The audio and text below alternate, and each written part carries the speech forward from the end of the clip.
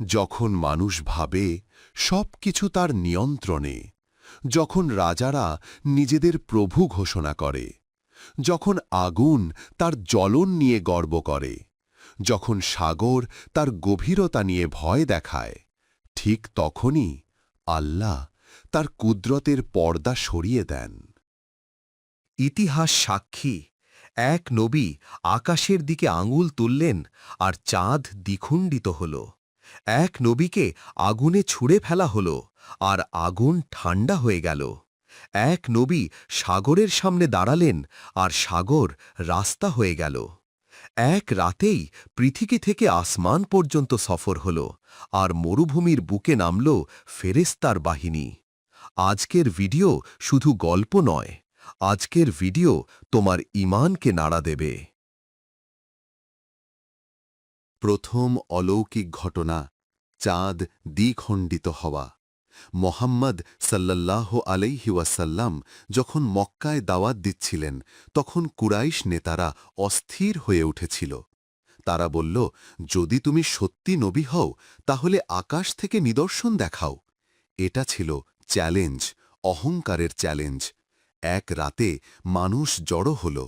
নবীজি আকাশের দিকে তাকালেন, তারপর আঙুল তুললেন।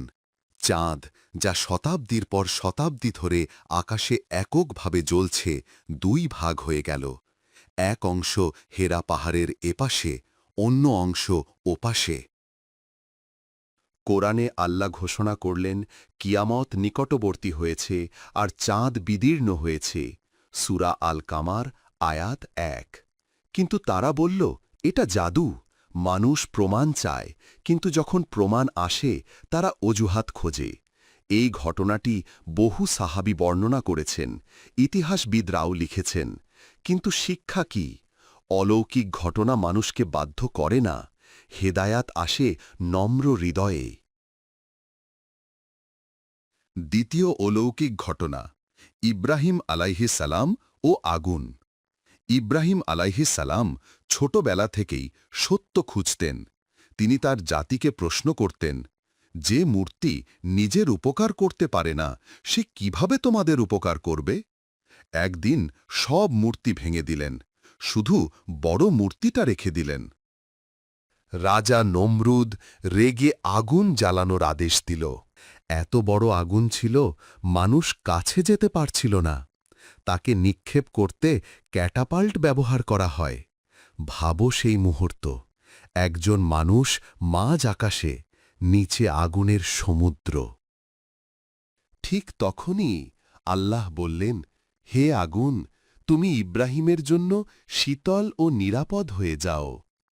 আগুনের ধর্ম জ্বালানো, কিন্তু স্রষ্টা যখন আদেশ দেন, প্রকৃতিও আনুগত্য করে।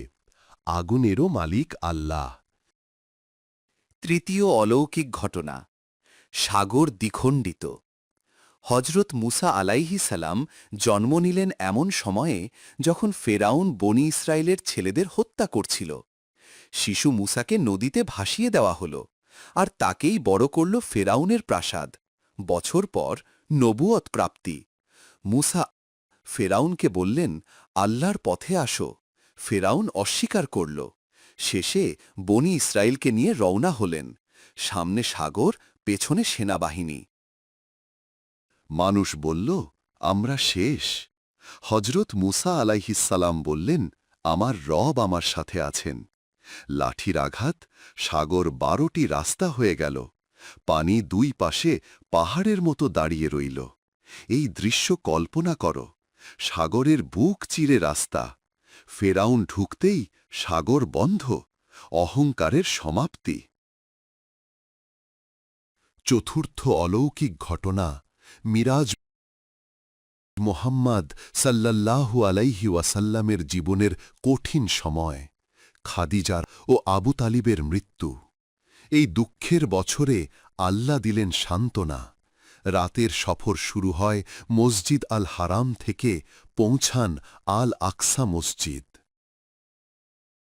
তারপর আসমান ভ্রমণ, নবীদের সাক্ষাৎ, জান্নাত ও জাহান্নামের দৃশ্য, সিদরাতুল মুনতাহায় পৌঁছে 5 ওয়াক্ত সালাত ফরজ। পঞ্চম অলৌকিক ঘটনা বদর ৩১৩ জন বনাম ১,০০০। নবীজি হাত তুলে দোয়া করছেন, হে আল্লাহ, আজ যদি এ দলটি ধ্বংস হয় পৃথিবীতে তোমার ইবাদত হবে না। তারপর নাজিল হল সাহায্য, ফেরেশতা নেমে এলো, শত্রুরা আতঙ্কিত হল। বদর ছিল টার্নিং পয়েন্ট, ঈমান বনাম অহংকারের যুদ্ধ। আজ আমরা দেখলাম প্রকৃতি আল্লাহর আদেশ মানে, আগুন মানে, সাগর মানে, চাঁদ মানে, ফেরেশতা নামে। কিন্তু প্রশ্ন হল, আমরা কি মানি? অলৌকিক ঘটনা অতীতে হয়েছিল, কিন্তু কোরআন আজও জীবিত মুজিজা। তোমার জীবনে যদি সমস্যা সাগরের মতো হয়, মনে রেখো সাগরও রাস্তা হয়ে যায়।